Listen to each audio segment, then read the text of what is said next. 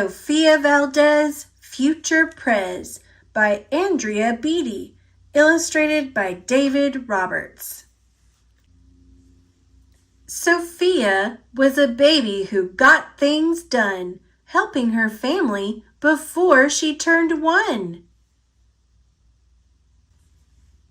She and Abuelo went out every week to help elderly friends around Blue River Creek who couldn't get out about on their own and with no place to gather were stuck home alone.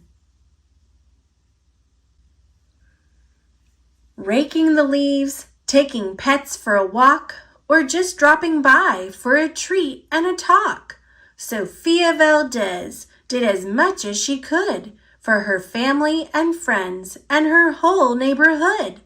A dreamer, a doer, a real-life go-getter. Most people like good, but Sophia liked better.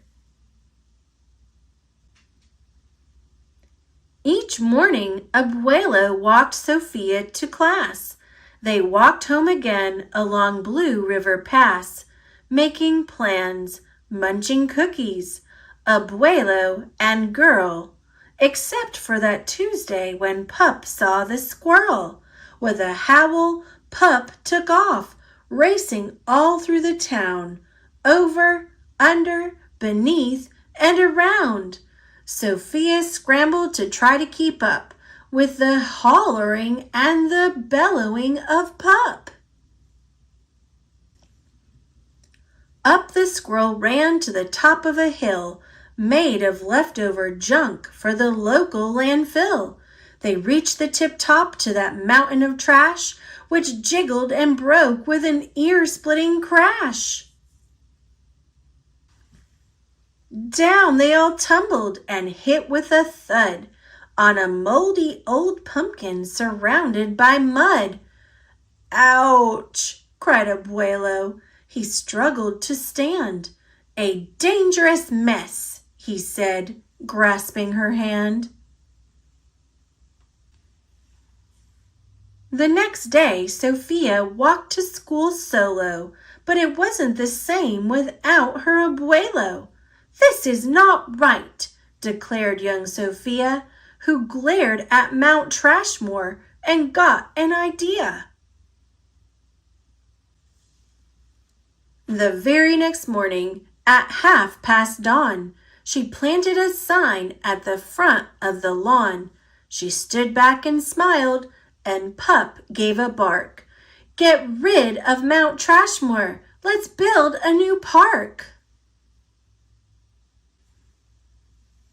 Each of her neighbors had something to say about benches and fountains and places to play, meeting spots, gardens, a basket for bees, a rubber duck pond, and a kiosk for cheese. She drew every thought on her map of the park, which was perfectly perfect by 1/4 till dark. She drifted to sleep in her soft, cozy bed. Then, bam! She woke up when a thought smacked her head. Her heart skipped a beat as she realized each one of her neighbors had said, "Let me know when it's done." They all thought Sophia could build it alone. But how could one girl do so much on her own? The weight of that thought made her tender heart ache as night thunder growled and she lay wide awake. Then dawn brought a storm and the gloomy sky wept, and the heartsick Sophia finally slept. Abuelo baked cookies when Sophie got up.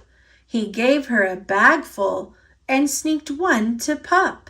He blinked back a tear as he hugged his Sophia.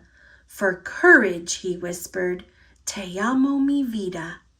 Sophia's knees wobbled. She felt weak inside. She looked at his ankle and quite nearly cried. Though she didn't feel brave or courageous at all, Sofia Valdez went to face City Hall. The mayor's office sent her to room 401, the Blue River Creek Department of Fun, which sent her downstairs to room 302, the Office of Duck Ponds and Cool Things to Do, to the Office of Monkeys, the Department of Cheese, the Division of Fountains, and Meetings and Bees. Then down to the basement, so musty and cramped, where all the town's papers were sorted and stamped. And that's where the clerk said what no one else did. You can't build a new park. You're only a kid. The words smacked Sophia deep down in her heart. Her plan was kiboshed before it could start. I think, said Sophia, I think that law's wrong. But her second grade voice didn't sound very strong. The clerk said clearly it cannot be done. Do you have any questions? Sophia said, 1. If you were me and if I was you and he was your grandpa, what would you do? Well, said the clerk. Then she said nothing at all. She thought and she thought. Then she sent out a call to every employee throughout City Hall. The entire government of Blue River Creek crammed into the office to hear Sophie speak. But her words jumbled up and her cheeks turned bright red as a dozen emotions rushed into her head. Her heart beat so loudly she thought it would crack. The crowd leaned in closer. Sophia leaned back. Then her arm brushed the edge of the old cookie sack. And that was the moment when Sophia first knew. Being brave means doing the thing you must do, though your heart cracks with fear, though you're just in grade 2. She took a deep breath, looked the mayor in the eye, and though her knees wobbled, she held her head high. Sophia started talking. She spelled out her plan and why it all mattered and how it began. And when she got rolling, she had lots to say about meeting spots, monkeys, and places to play, and other ideas for things they could do to help the town elders and other folks too. She had thoughts on the library, thoughts on the zoo, and perhaps a way to combine the two, and...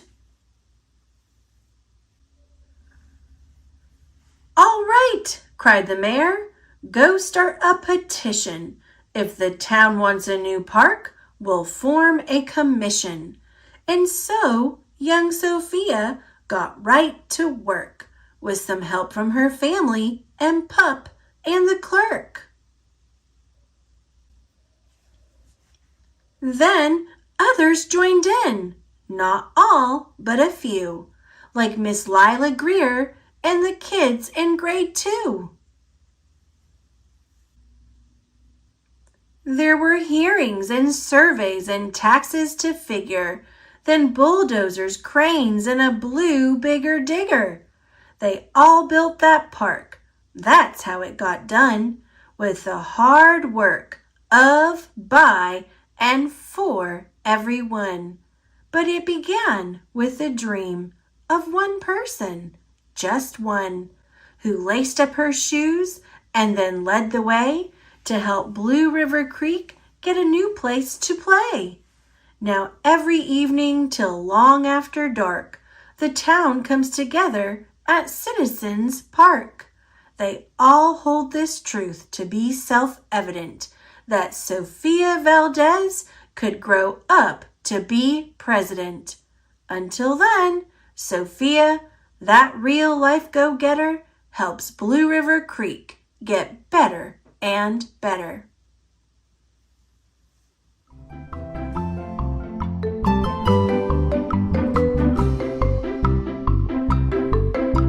Thanks for watching. Click subscribe.